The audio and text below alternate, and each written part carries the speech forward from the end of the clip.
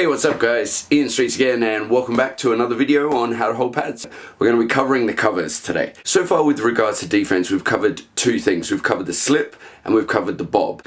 The slip we use to get out of the way of a shot coming straight towards us. We're moving our head off to the side. The bob we were using to get out of the way of a hook shot, and we were going underneath the shot. Now, both of those defenses, although they're against two different punches, share one thing in common, and that is the shot ideally hasn't hit us at all. The slip makes the straight shot completely miss us. The bob makes the hook shot completely miss us. However, unfortunately, as I'm sure you're well aware, boxing isn't like the Matrix. The punches don't just fly off us each time.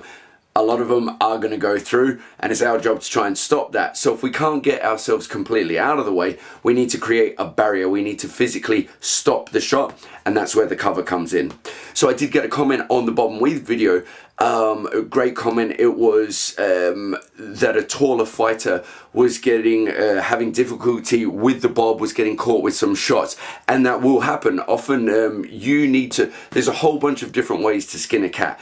And what makes a great fighter is picking up the things that work best for them and applying them. And one thing that will dictate that is attributes. So for example, if you're a taller person, you might find it harder getting underneath a lot of the shots. You might use the cover instead. What is the cover? We mentioned we're stopping the shot. How are we doing that? We're doing that by putting out from our guarding position. We should almost be in the cover position anyway, and that is an important thing to know. A good guarding position should have a lot of your defense in it. It shouldn't be effort to get into a defensive position. If there is, that means perhaps you're leaving yourself a little bit too open. You need to work on your everyday guarding stance first, then your defenses will come a long way just as a result of that. But anyway, the covering position, what we want to do with our hands up and our chins down. When the shot is coming towards us, what we're going to do is roll with the shot a little bit, ensuring that we have our hands up. We're going to take some of the mustard off that shot by rolling with the shot. So we're not trying to physically stop it, because reality of the situation, if it's a hard shot, it might push us head off to the side, and that might just be a setup shot. They might be using that because they know we're trying to just absorb too much of the power. They know our head comes out, so they might be faking with that shot, and they're going to throw another hand straight down the pipe, and that might be the one that's going to be the threat. So what you want to do is absorb the shot, make sure both hands are up. Now from this position, you know you're in a great position to counter back with your other hand, so that forms a very good defense, and it also highlights the importance of keeping your hand up when you punch. For example, when people try and put a lot of power into their hook, sometimes they have a tendency for the other hand to come down. Let's imagine our opponent has done that. Their hand that's going to be down is here. Their left hook is coming this way. So when that's coming towards my head, I cover up. If this hand is down, bang, that's where I'm going to be able to hit him with that hook.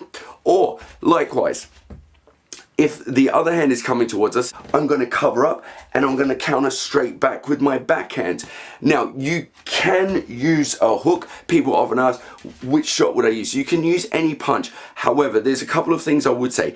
If your opponent is very close to you when they're throwing their shot, it might lean itself better to throwing an uppercut. Or if you've got the space, it might lead itself better to throwing a straight. Often, when it's coming to your backhand, a straight line beats a circle. And what I mean by that, if someone is throwing a big looping shot and the other person is throwing a straight shot, often the person with the straight line shot is going to land first, okay? So the backhand hook, great punch, very powerful punch, but just be careful when you're using it off a defense that you're not giving too much away before you throw the shot. You're going to have to keep it really tight, and you can use it 100%. Just make sure that your technique is on point and you're not leaving yourself open when you're doing it. Now, what do we need to look out for when we're doing the cover?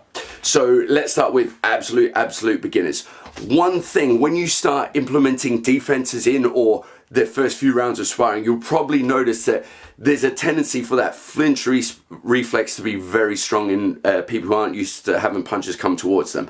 So they might pull away from the shot, they might break eye contact, they might use both arms to try and defend, okay?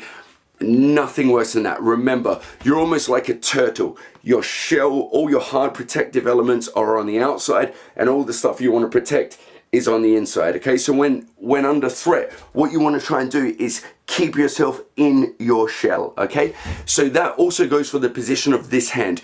Don't try and stop the shot, Mr. Miyagi blocks or anything like that, okay? What you want to do is keep your shell in and roll with the shot. Because if my hand is here and I'm trying to stop it, either they're going to loop around my hand and hit me anyway, or they're going to hit my hand into myself, which again is going to move my head into their counter punch. So just be mindful of that. Try and weather the storm, ride with the shot. Don't get hit by it. You're protecting the things that are going to hurt you the most, but you're absorbing their power and putting yourself into a great position to counter back rather than reaching out and try and stop the shot, which usually ends up with you getting hit anyway. So when it comes to feeding the pads for the covers, I'm going to cover counter with the same hands in a later video, but what we're going to discuss in this video is covering with one hand, punching back with the other, okay? So for example, the person you're working with, let's say they're defending with their right hand, they're going to counter back with their left hand.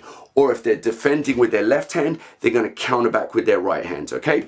So either way, what that means for you when you're feeding the pads, whichever hand you're throwing for the attack is also going to be the hand that's going to take their counter punch. If I throw that right hand, that's going to come. And it just depends whether they're throwing that straight back, whether they're throwing that hook back, or whether they're throwing that uppercut back, what the counter shot is going to be with the position of my hands.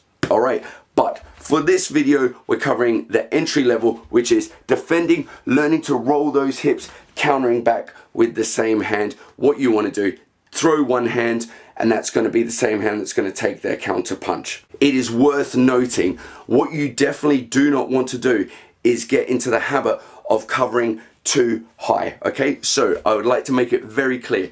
This video, we're discussing traditional Western boxing, where punches are the only tools we have and the only threats we need to be concerned about. If, for example, you're in an MMA situation where the gloves are smaller, there's a chance where you're going to have to switch levels and things like that. Your cover might look a little bit different. If, for example, you're in a Muay Thai situation where you can also use your elbows, that may change how you're going to be doing the covers because you can incorporate an elbow as well. That's not what we're discussing here, and I don't want to say it's wrong if that's what you're doing, if you already implement that cover. I'm just talking for the Western boxing. What you don't want to be doing is lifting your arms up too high, because obviously that is going to leave your body exposed, and you can't use your elbow as an offense, and you're leaving yourself open for a body punch, which is the only thing your opponent can use is their punches. So try and make sure you're keeping that guard up, because we're going to cover body punching in a separate video, but essentially we want to make it as little different as possible to when I'm covering the head. If I'm having to protect my head like this, protect my body like this, it's not going to take them much to get my rhythm and start throwing in fakes or switching level, and they're going to catch me off guard. So try and keep your guard in a position where it can defend as many things as possible. The way you're going to do that is the basics of boxing: keeping your chins down, keeping your hands up, and keeping a nice balanced tight guard. Alright guys, so that's pretty much it for the covers. If there's any questions, queries, anything like that you'd like to let me know, anything you feel like I've missed out, please do let me know, and I'll try and put it into a next video or address it in some of the videos that are coming up. And yeah, thanks a lot for watching guys, and I'll see you guys soon. Take care. Peace.